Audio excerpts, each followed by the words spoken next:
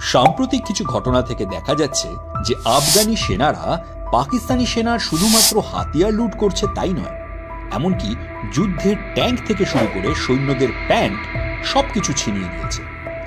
আফগানি চৌরাস্তায় পাকিস্তানি সোলজারদের প্যান্টগুলো খুলে ঝুলিয়ে রাখা হয়েছে, আর রাস্তায় রাস্তায় পাকিস্তানি ট্যাঙ্ক চালিয়ে ঘোরা হচ্ছে।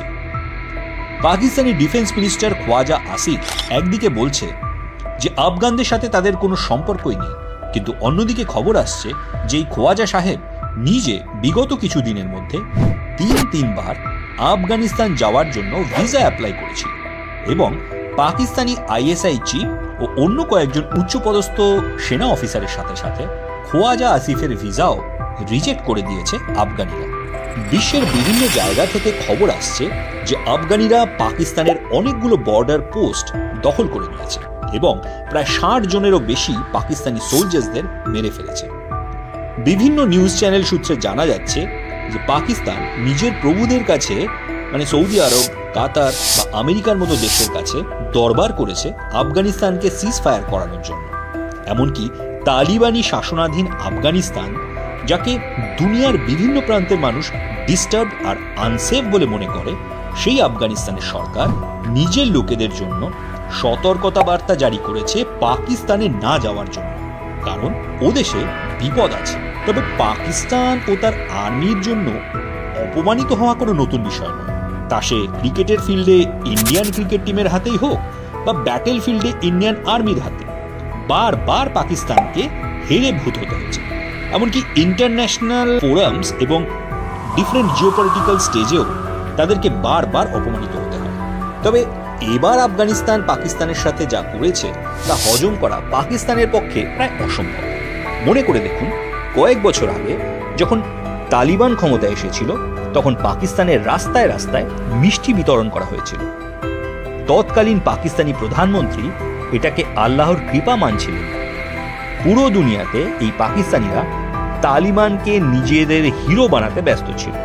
এমনকি পাকিস্তানি লোকেরা আশা করেছিল যে তালিবানরা তাদের কাশ্মীর পাইয়ে দেবে, কিন্তু আজকের দিনে সিচুয়েশন পুরো উল্টে গেছে। একদিকে আফগানি বিদেশমন্ত্রী আমির খান মুত্তাকিকে পাকিস্তানের শত্রু দেশ ভারতে গিয়ে ভারতীয় বিদেশমন্ত্রীর সাথে হাত মেলাতে ও ফটো তুলতে দেখা যাচ্ছে, অন্যদিকে ভারতের সাথে ওনার পাবলিশড জয়েন্ট স্টেটমেন্টে উনি কাশ্মীরকে ভারতেরই অবিচ্ছেদ্য অংশ বলে মেনে নিয়েছেন। আজকে একদিকে ভারত পাকিস্তান ক্রিকেট ম্যাচে পাকিস্তানের হারে সাধারণ আফগানি নাগরিকরা উৎসব পালন করে, তো অন্যদিকে আবার আফগানি সৈন্যরা পাকিস্তানি সৈন্যদের মারতে মারতে মাটিতে ফেলে দেয়। ভারতে বসে আফগানি বিদেশমন্ত্রী প্রেস কনফারেন্স করে যখনই পাকিস্তানকে সতর্ক করে দেন, তার কিছু সময় পরেই আফগানিস্তান পাকিস্তানের ওপর ড্রোন দিয়ে অ্যাটাক করে। কিন্তু কেন? কয়েক দশক ধরে আফগান তালিবানকে ফ্রিতে অস্ত্র ও গোলাবারুদ সরবরাহকারী পাকিস্তান আজ সেই তালিবানদের থেকেই মৃত্যুর বার্তা পাচ্ছে। কেন? কারণটা কিন্তু খুব সিম্পল, হয়তো আপনাদের মনেও থাকতে পারে।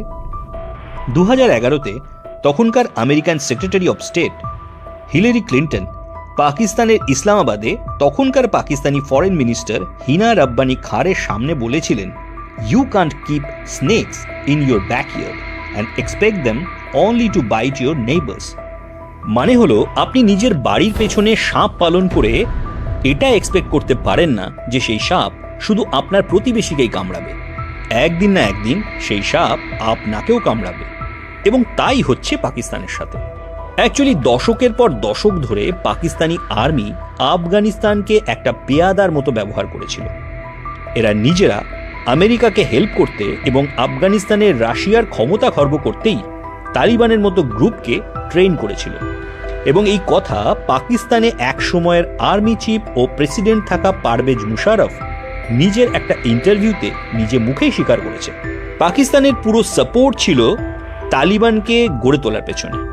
মোটামুটিভাবে 30 বছর ধরে পাকিস্তান তালিবানকে নিজেদের একটা স্ট্র্যাটেজিক অ্যাসেটের মতো করে তৈরি করার চেষ্টা করেছিল। তাদের লক্ষ্য ছিল তালিবানকে নিজেদের স্ট্র্যাটেজিক অ্যাসেট বানিয়ে তাদের সাহায্যে ভারতকে হারানো ও পুরো উপমহাদেশে নিজেদের কর্তৃত্ব কায়েম করা।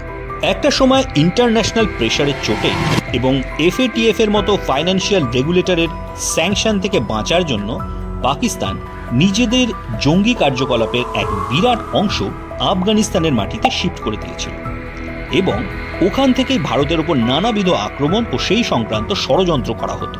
কিন্তু এক জায়গায় পাকিস্তানিদের ভুল হয়ে গেছিল। পাকিস্তানিরা আসলে আফগানিদের, বিশেষত তালিবানদেরকে নিজেদের রিমোট কন্ট্রোল চালিত করার চেষ্টা করেছিল, কিন্তু তারা এটা বুঝতে পারেনি যে কট্টর ইসলামী হওয়ার সাথে সাথে তালিবান প্রবলভাবে জাতীয়তাবাদী এবং আফগানি সার্বভৌমত্বকে যে কোনো মূল্যে রক্ষা করতে মরিয়া। সে কারণেই আফগানিদের কন্ট্রোল করতে গিয়ে ইউএসএ, ইউকে, সোভিয়েত ইউনিয়নের মতো দেশ এবং ন্যাটোর মতো অর্গানাইজেশনও ফেল করেছিল। তারা কেউই আফগানিদের কন্ট্রোল করতে পারেনি।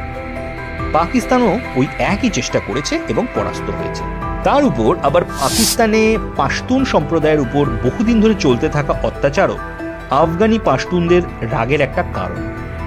এর সাথে জুড়েছে তেহরিকে তালিবান পাকিস্তান বা টিটিপি এর পাকিস্তানি গভর্নমেন্ট ও আর্মির বিরুদ্ধে লাগাতার হিংসাপূর্ণ বিরোধ, যার জন্য টিটিপির ওপর পাকিস্তানি এস্টাবলিশমেন্টের ব্রুটাল ক্র্যাকডাউন নেমে এসেছে এবং টিটিপি আফগান তালিবানদের কাছে নিরাপত্তার আশ্রয় নিয়েছে। এর ফলে ক্ষুব্ধ হয়ে পাকিস্তান তালিবানের বিরোধিতা করেছে এবং তালিবানও টিটিপিকে সাপোর্ট করে পাকিস্তানের বিরোধী হয়েছে। পাকিস্তান আর তালিবানের মধ্যেকার বিরোধের আর একটা বড় কারণ হলো ব্রিটিশ।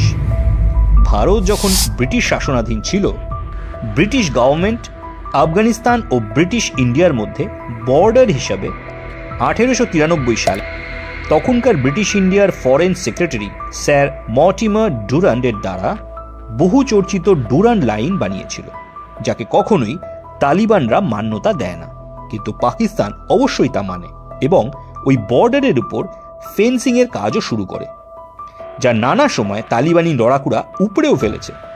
আর তাই নিয়ে দু তরফে ঝামেলা লেগেই থাকে।